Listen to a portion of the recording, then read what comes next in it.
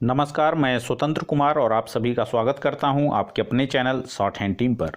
तो दोस्तों, आज के इस वीडियो में दैनिक जागरण की संपादकीय से 432 शब्दों के डिक्टेशन को हम लोग लेने वाले हैं। इसे हम लोग दो अलग अलग स्पीड में लेंगे। पहली बार में 70 की स्पीड में, दूसरी और आखिरी बार में इसी डिक्टेशन को हम लोग 80 की स्पीड में लेने वाले हैं। अगर आपको इस डिक्टेशन की PDF की ज़रूरत है तो आप हमारे टेलीग्राम ग्रुप को ज्वाइन कर लें। ग्रुप का लिंक आपको डिस्क्रिप्शन बॉक्स में मिल जाएगा। 70 की स्पीड में आपका डिक्टेशन स्टार्ट होगा 5 सेकंड के बाद। तब तक के लिए आप रेडी रहें।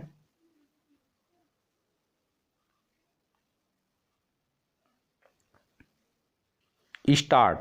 इससे शर्मनाक और कुछ नहीं कि जब उगाही वसूली के गंभीर आरोपों से घिरे महाराष्ट्र के गृह मंत्री अनिल देशमुख के खिलाफ कठोर कार्रवाई होनी चाहिए, तब उनका बचाव किया जा रहा है और वह भी बहुत भोंडे ढंग से। बचाव करने वालों में राष्ट्रवादी कांग्रेस पार्टी के नेताओं के साथ जिस तरह शिवसेना और कांग्रेस के नेता भी शामिल हो गए हैं, उससे तो यही लगता है कि दाल में कुछ काला होने के बजाय पूरी दाल ही काली है और इस सनसनीखेज कांड के तार केवल अनिल देशमुख तक सीमित नहीं हैं। इसकी अनदेखी नहीं की जा सकती कि अनिल देशमुख जिस सहायक पुलिस इंस्पेक्टर सचिन वाझे के जरिए 100 करोड़ रुपए महीना मांग रहे थे, उसकी बहाली की कोशिश खुद उद्धव ठाकरे ने तब की थी जब देवेंद्र फडणवीस मुख्यमंत्री थे। आखिर निलंबन के बाद नौकरी छोड़ चुके इंस्पेक्टर की बहाली के पीछे उद्धव का क्या स्वार्थ था? सवाल यह भी है कि उद्धव के मुख्यमंत्री बनने के बाद जब इस इंस्पेक्टर की बहाली हुई तो कांग्रेस और राकापा ने कोई आपत्ति क्यों नहीं जताई? क्या कारण रहा कि उसे बहाल करने के बाद सारे महत्वपूर्ण मामले सौंपे गए? आखिर यह मनमानी किसके इशारे पर और किस मकसद से की गई? क्या इसलिए कि उससे उगाही वसूली कराई जा सके? क्या इसी मकसद के लिए मुकेश अंबानी के घर के बाहर विस्फोटक लदी कार खड़ी की गई? जो भी हो, यह महज दुर्योग नहीं कि यह संदेह सचिन वाझे पर ही है कि उसने ही विस्फोटकों एवं कार का इंतजाम किया और बाद में कार मालिक को रास्ते से हटाया।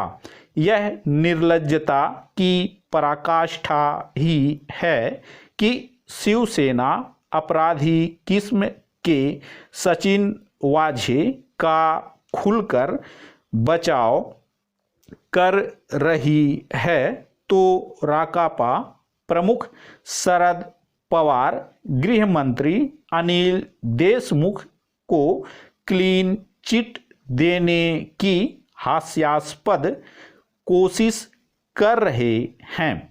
इस कोशिश में उन्हें जिस तरह शर्मिंदा होना पड़ा और वह झूठ का सहारा लेते दिखे, उससे यही कहावत चरितार्थ हुई कि एक झूठ छिपाने के लिए 100 झूठ बोलने पड़ते हैं।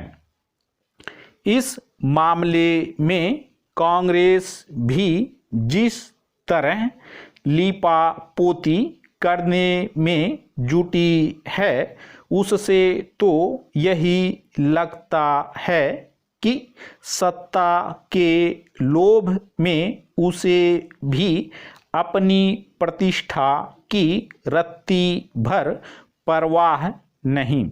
शिवसेना, राकापा और कांग्रेस के रवैये से यह संदेह दिन प्रतिदिन गहराता जा रहा है कि महाविकास अघाड़ी के सत्ता में रहते इस मामले की तह तक नहीं पहुंचा जा सकता। संदेह इसलिए और गहरा रहा है क्योंकि महाराष्ट्र और खासकर मुंबई में हफ्ता वसूली कोई नई बात नहीं है। यह भी किसी से छिपा नहीं कि उगाही वसूली के धंधे को भ्रष्ट नेताओं का संरक्षण मिलता रहा है। स्टॉप। दोस्तों, इसी डिक्टेशन को दूसरी बार में हम लोग 80 की स्पीड में लेंगे और आपका समय स्टार्ट होगा 5 सेकंड के बाद। तब तक के लिए आप रेडी रहें।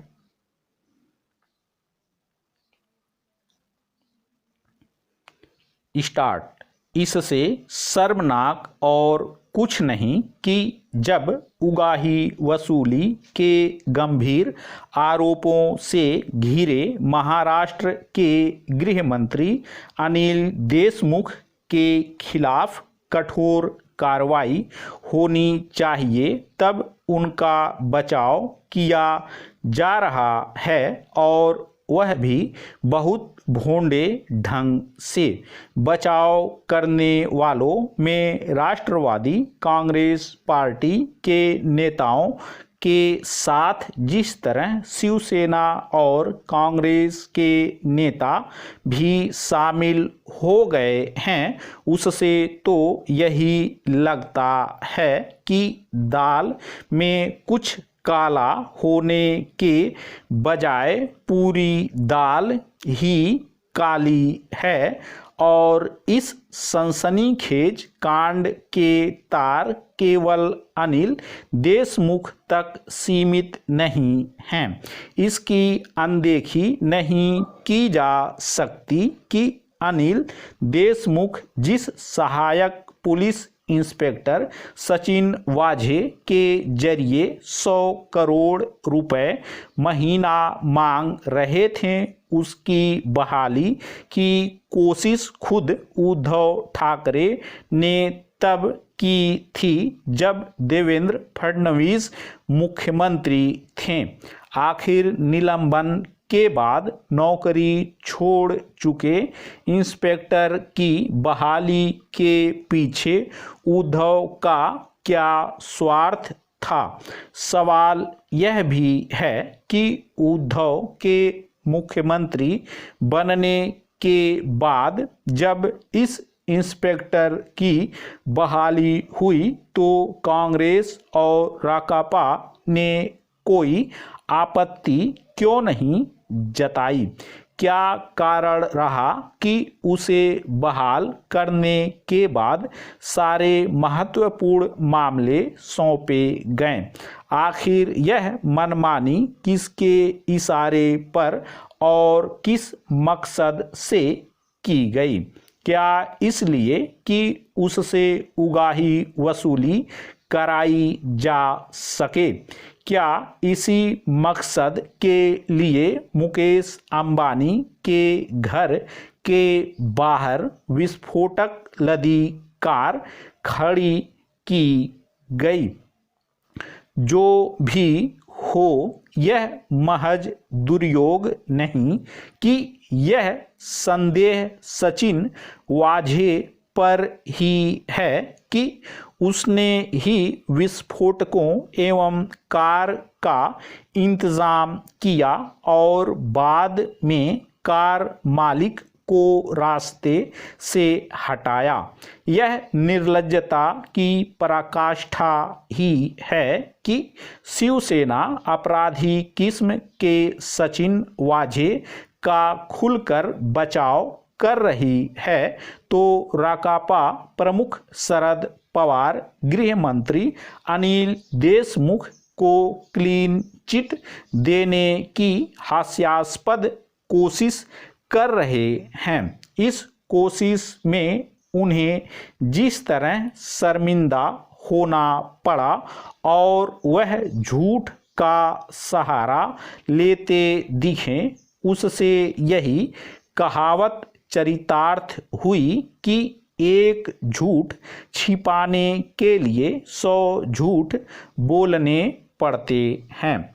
इस मामले में कांग्रेस भी जिस तरह लीपापोती करने में जुटी है, उससे तो यही लगता है कि सत्ता के लोभ में उसे भी अपनी प्रतिष्ठा की रत्ती भर परवाह नहीं।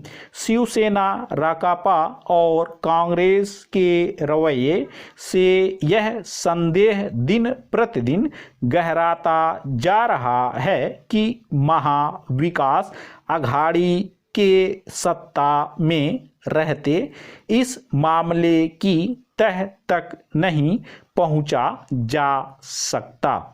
संदेह इसलिए और गहरा रहा है क्योंकि महाराष्ट्र और खासकर मुंबई में हफ्ता वसूली कोई नई बात नहीं है। यह भी किसी से छिपा नहीं कि उगाही वसूली के धंधे को भ्रष्ट नेताओं का संरक्षण मिलता रहा है। स्टॉप।